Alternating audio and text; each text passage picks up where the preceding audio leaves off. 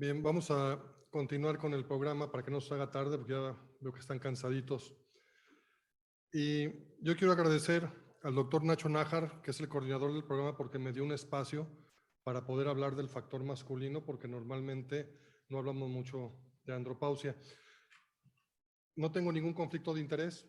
Cualquier cosa que yo pueda decirles en esta charla es cuestión personal, me hago responsable de lo que yo les diga. Voy a empezar a platicarles la historia de este señor. Este señor nació en 1920, era mi abuelo. Bueno, más que mi abuelo, mi padre, porque él fue quien me crió. Cuando yo nací, él debió de haber tenido mi mi edad, alrededor de 50 años. ¿Cómo puedo apagar mi micrófono?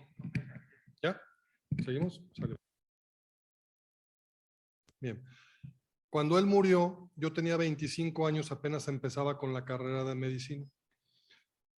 Mi abuelo murió 75 años y en el tiempo que yo lo conocí, nunca, créanmelo, lo oí que se quejara absolutamente de nada. Es más, ni de mi abuela. No se quejaba. A lo mejor su cultura, su educación hacían que se aguantara, que tenía que sufrir por su propia condición de ser hombre. Nunca se quejó, ni el día que se fracturó su cadera, lo oí que se quejara. Su estado de ánimo estaba tan bien que cuando llegó a urgencias le preguntó al doctor, señor, ¿es usted diabético? Dijo, no, yo soy don Froilán. Así era él, de alegre. Ni en el momento antes de morirse lo oí que se quejara. Él estaba previo a entrar a terapia intensiva con sus ojos cerrados. Me acerqué y le pregunté, ¿cómo estás? Y me dijo, bien, ¿y tú? Le dije, bien. En ese momento cerró sus ojitos y ya no volvió a despertar. Falleció en la terapia intensiva por un infarto. Entonces, yo tenía la oportunidad de saber, yo decía, qué mala suerte que se cayó y se fracturó la cadera. Y creo que no era tan mala la suerte. Qué mala onda que se infartó. Creo que no era la mala onda. Pero nunca tuve la oportunidad de poderlo ayudar. Y entonces ustedes podrán decir, bueno, es que yo no vine a oír la historia de tu abuelo. Es que no es la historia de mi abuelo. Es la historia también de sus abuelos y de sus papás y de sus tíos y a lo mejor de ustedes mismos.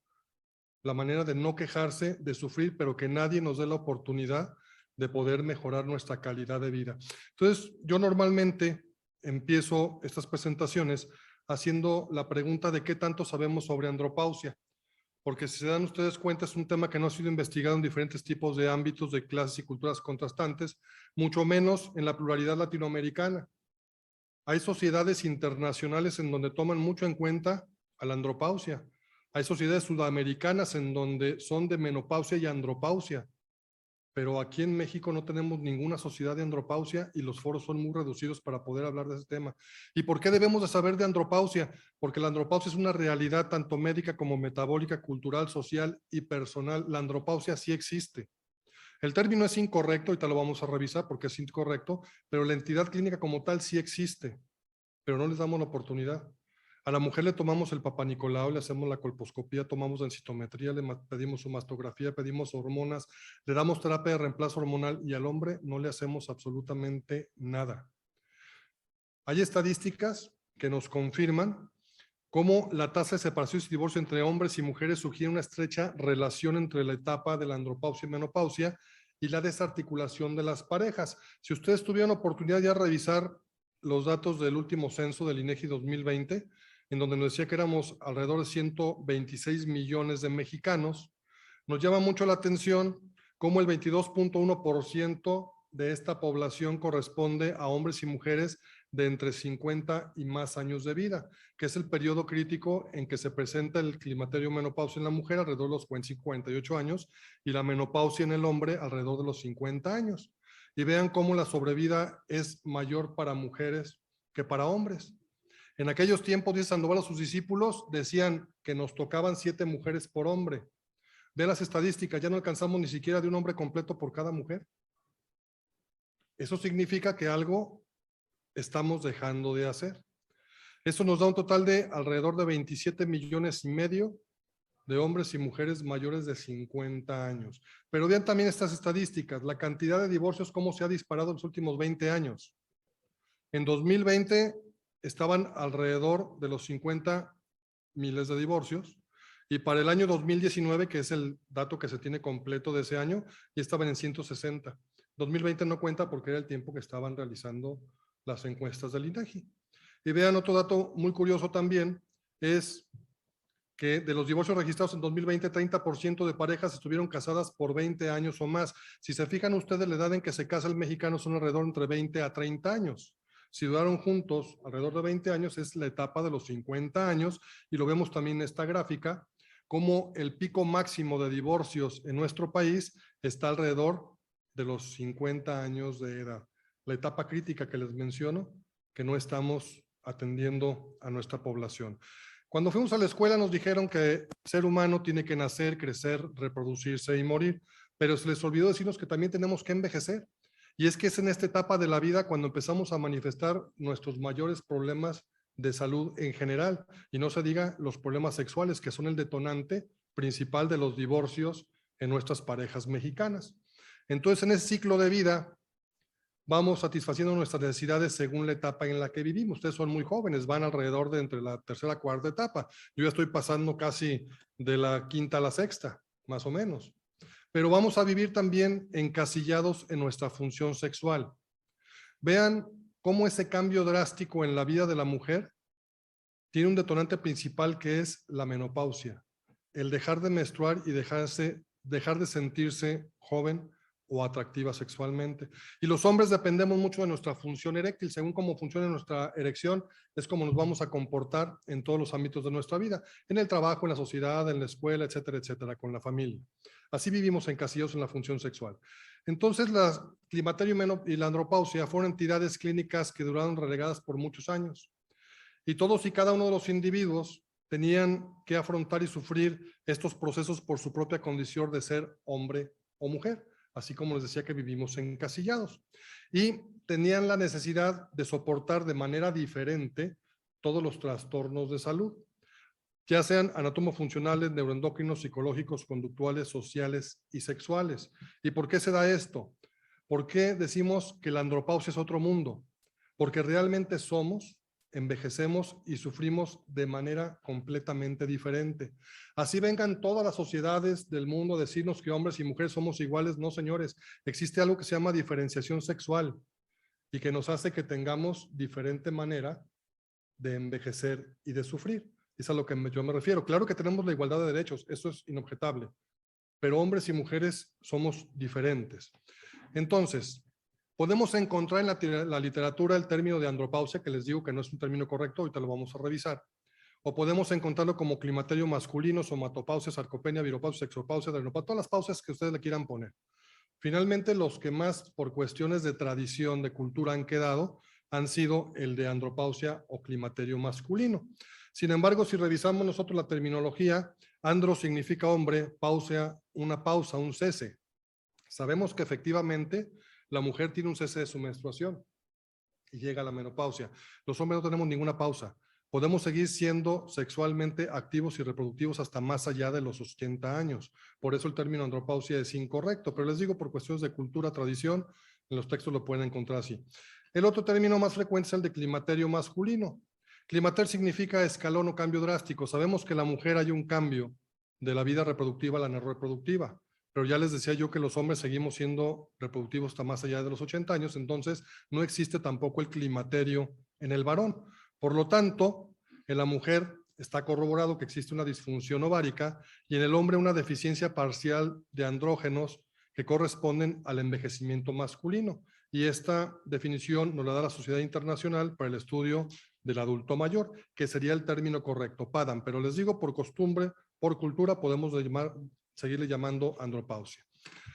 Ustedes saben que en este foro se maneja mucho la importancia del estrógeno, porque las mujeres son lindas, tiernas, cariñosas, no se enojan con nosotros, no nos regañan, nos dejan ver el fútbol con una cervecita porque tiene estrógenos.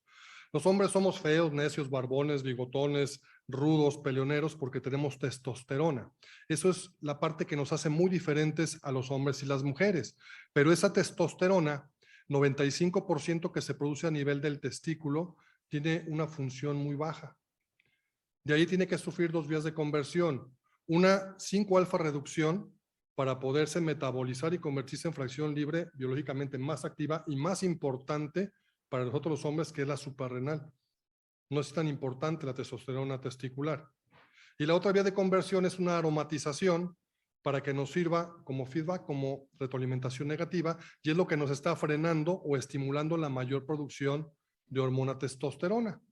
Es por eso que el estrógeno es también muy importante en los hombres. Los hombres tenemos estrógeno, sí, pero debemos tener estrógeno bajito.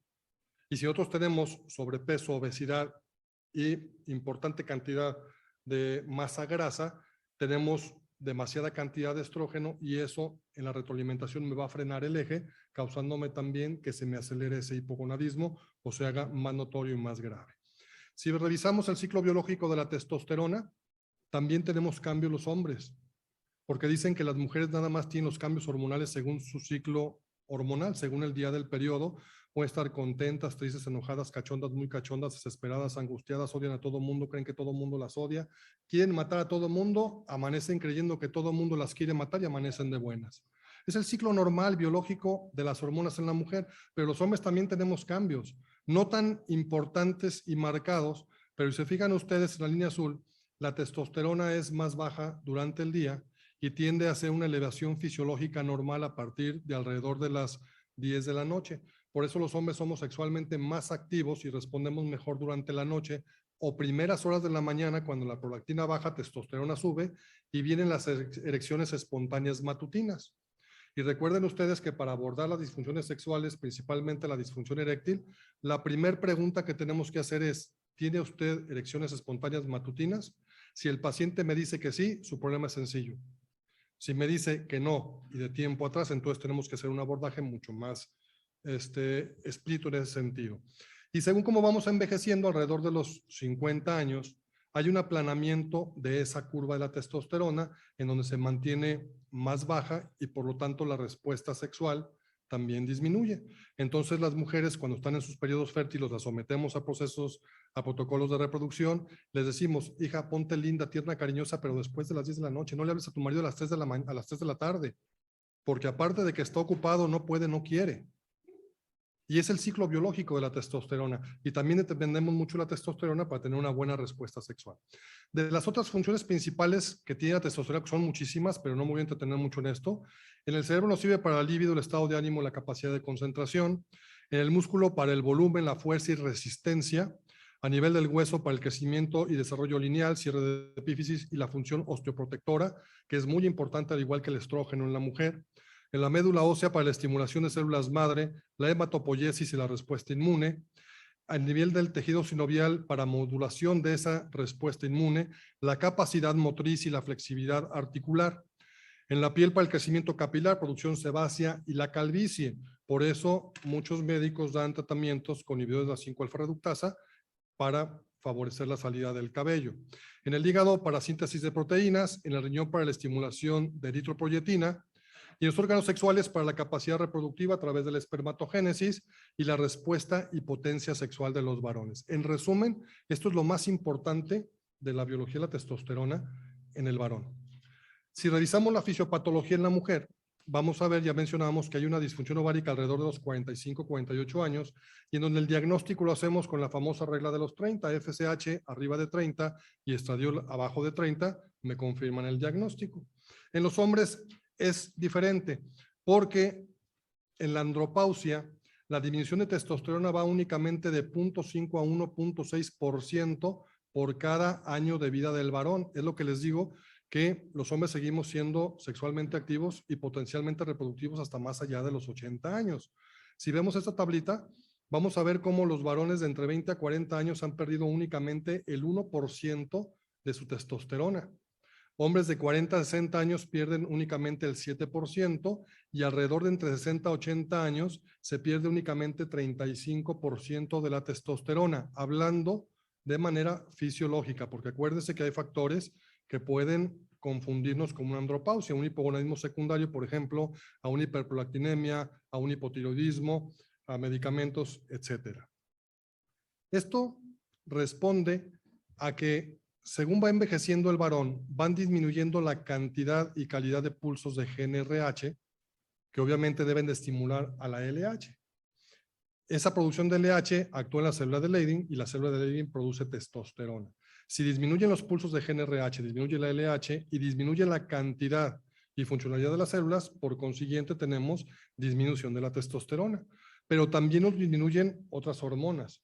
Aquí en este cuadrito vemos, es la gráfica confirmatoria, así como en las mujeres, la regla de los 30-30, cómo en los hombres disminuye la testosterona tanto total como libre y aumenta la globulina fijadora de andrógenos a manera de intentar compensar. Pero les decía que también se producen menos hormonas, como la hormona del crecimiento, que alguna vez le llamaron la hormona de la eterna juventud, que sabemos pues que no es su función. Disminuye también las hormonas, cantidad de hormonas tiroideas, y disminuyen los pulsos y secreción de ACTH, lo que condiciona que exista una irregularidad en la secreción de adrenalina, de noradrenalina y cortisol, y estos tres son mediadores importantísimos en la respuesta contra periodos de estrés del varón. Entonces eso va a modificar mucho su conducta y la respuesta ante el estrés. Como consecuencia de esto, va a haber disminución de la masa muscular y del vello corporal, aumento de la acumulación de grasas de predominio periabdominal, ginecomastia y disminución de la densidad mineral ósea, lo que nos va a condicionar enfermedades que pueden ser, tanto metabólicas como cardiovasculares, los riesgos de fracturas y las disfunciones sexuales. Y aquí estoy viendo reflejado la historia que yo les decía de mi abuelo.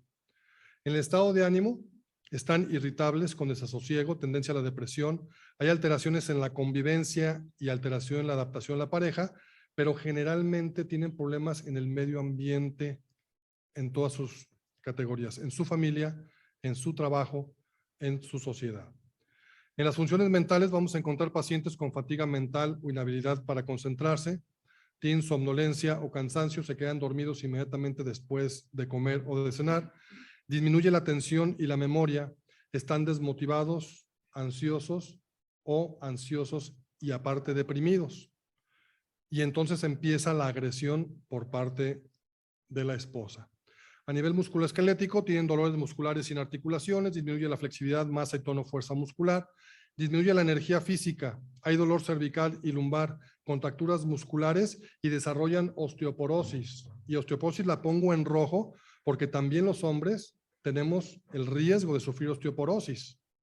Vean ustedes en esta gráfica cómo la vértebra tiene una pérdida de la densidad mineral ósea por cada año de vida que va de 1.2 a 2% por cada año de vida. Y a nivel de hueso cortical de 0.2 a 1%. Ahora bien, el 30% de todas las fracturas de fémur ocurren en el varón. Y dijéramos, pues qué bueno, ¿no? Que nos fracturamos menos los hombres que las mujeres. No, porque finalmente se mueren más hombres que mujeres como consecuencia de los efectos secundarios de una fractura de cadera. Las neumonías, las tromboembolias, las depresiones, etcétera, hacen que mueran más hombres que mujeres. Pues es muy importante también hacer caso de la osteoporosis. La Sociedad Internacional para el Estudio del Adulto Mayor nos hace algunas recomendaciones para el diagnóstico, tratamiento y seguimiento de estos pacientes que tienen deficiencia parcial de andrógenos que corresponden al adulto mayor. Y entre ellas está hacer historias clínicas completas que nos incluyan todos los factores de riesgo. Nosotros quisiéramos que la familia nos heredara carros y casas, pura madre, puros problemas y enfermedades. Y hay que buscarlo, hay que preguntarle, porque el paciente no nos va a decir.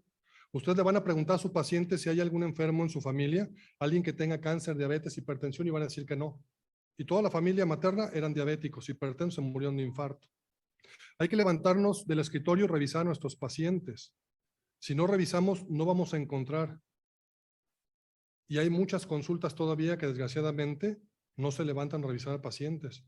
O lo peor del caso, que en vez de médicos especialistas nos hemos vuelto médicos exclusivistas.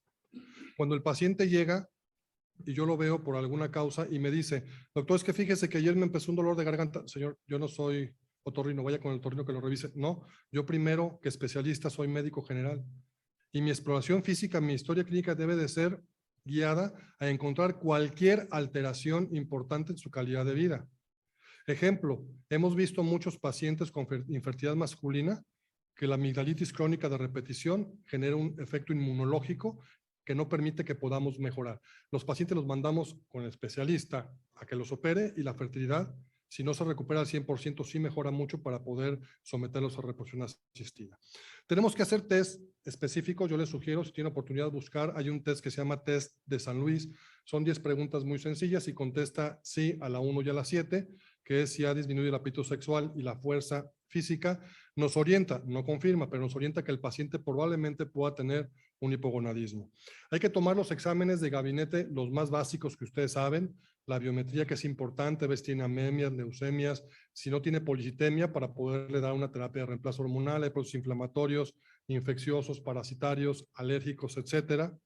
Hacer escrutinio de diabetes. Recuerden que hacer glucosa en ayuno no nos sirve prácticamente para nada. El diagnóstico de diabetes tiene que ser con intervención de hacer curvas de tolerancia a la glucosa, hacer hemoglobinas glucosiladas. Obvio, según los niveles también en ayuno podemos hacer el diagnóstico, pero si no hacemos screening para diabetes, no vamos a encontrar pacientes diabéticos, y ese paciente que tiene más de 10 horas en ayuno, que fisiológicamente tiene su glucosa alta, vamos a pensar que es normal. Y luego nos vamos a pedir los lípidos. Acuérdense, la testosterona viene a partir del metabolismo de ésteres de colesterol. Si el paciente tiene dislipidemia, por consecuencia va a tener hipogonadismo o va a tener disfunción sexual secundaria por esas dislipidemias. Y los más específicos, que son niveles de LH, testosterona total, testosterona libre. Siempre todos los pacientes, al igual que en las mujeres, hay que tomarles hormonas tiroideas cuando estén más de 60 años o antes, si está justificada la historia clínica o tiene sintomatología o datos clínicos de que pudiera ser hipotiroideo. Tomar hormona prolactina. Insisto, hiperprolactinemia, hipotiroidismo generalmente pueden causar un hipogonadismo secundario que no es un PADAM, pero que sí afecta de manera clínica muy similar. Tomar antígenos prostáticos específicos, ultrasonidos prostáticos. No olvidar que si no se hace un tacto rectal no me sirve, porque hay diferentes tipos de cáncer de próstata que no elevan el antígeno, y su densitometría ósea. Eso es muy importante para empezar a hacer un abordaje. Y aquí es como la calle de 5 de febrero, pues vamos por partes, según lo que salga, pedimos más, nos quedamos con eso o empezamos a manejar. El tratamiento, vamos a controlar las patologías crónico-degenerativas principalmente de la manera más sana posible. Lo menos que podamos darles medicamentos. Acuérdense que existen las disfunciones sexuales psicógenas, las orgánicas, las mixtas, pero también las diatrógenas, las que nosotros como médicos estamos causando. Un ejemplo, si mi paciente es hipertenso y yo le doy un antihipertensivo sistémico, estoy acabando con sus erecciones, porque la erección requiere de un aumento de presión y flujo de sangre para que se lleguen los cuerpos cavernosos y lograr una erección. Ese sería uno de muchos ejemplos que puedo darles de una disfunción diatrógena. Por eso es muy importante tratar de mejorar su calidad de vida en general, alimentación, cantidad de agua, manejo del estrés. Darle una terapia de reemplazo hormonal únicamente casos justificados, y ya sea si requiere terapia de reemplazo hormonal para tiroides, hormonas tiroideas, o si requiere andrógenos. Ustedes se darán cuenta cómo en la actualidad se ha abusado mucho de los andrógenos en los chicos que van a los gimnasios, que están bloqueando su eje, lo bloquean, pero ellos no se dan cuenta de los riesgos porque lo desconocen. Y esos riesgos son muy severos. Si a un paciente le damos testosterona y no la necesita, vamos a generar un conflicto muy importante, no nomás en su persona, sino también con su familia, por los efectos que puede tener de estimulación sexual excesiva, policitemia, entre otras. Una evaluación y manejo integral en pareja. Todos los protocolos que hagan ustedes de menopausia tienen que voltear a ver si el marido todavía vive, cómo está el marido. Y yo insisto mucho con esto, por ejemplo, en las cirugías de urogine, que yo espero que sí lo hagan, pero cuando yo era estudiante o residente, yo nunca me acuerdo que una paciente que fuera a ser programada, por ejemplo, para unas plastías vaginales, voltean y le preguntan a la señora, ¿y su marido más o menos cómo? ¿Y saben el problema que genera una plastía muy cerrada en un varón, que le puede causar eyaculación precoz? Y entonces puede tener también disfunción sexual.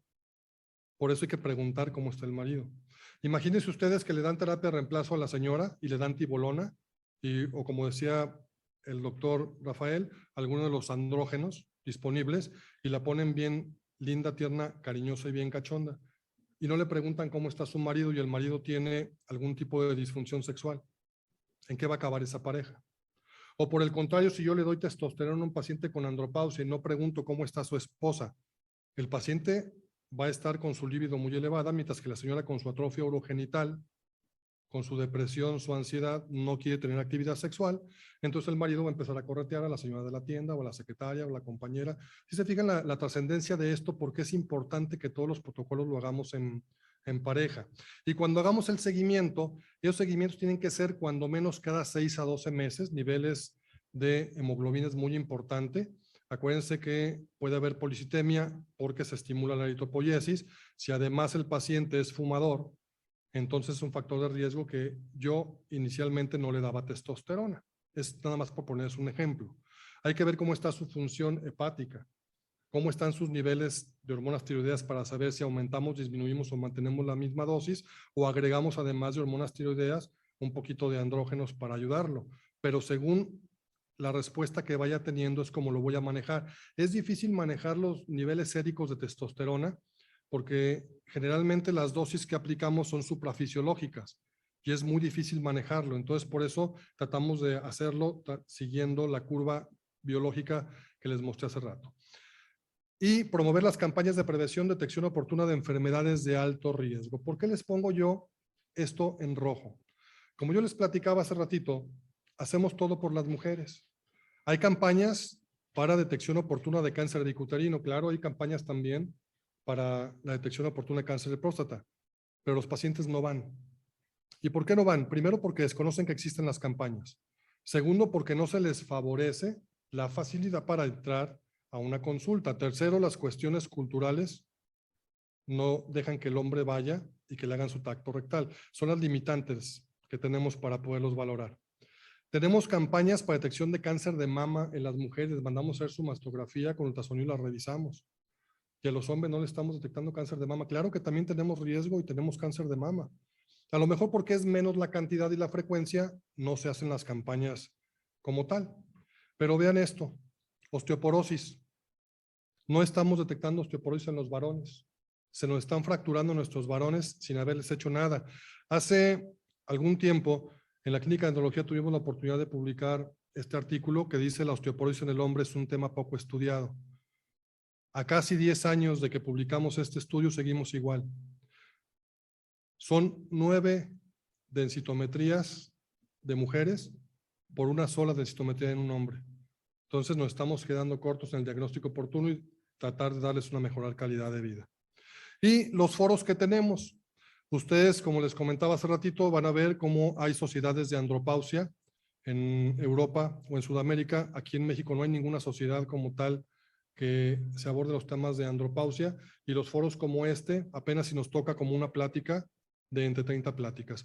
Por eso yo quiero invitarles y dejarles ese mensaje de que sí, la andropausia es otro mundo, pero también tenemos muchas oportunidades que podemos hacer para que mi viejito, que en paz descanse, no tenga que repetirse esa historia con todos sus viejitos. Hasta aquí, muchísimas gracias.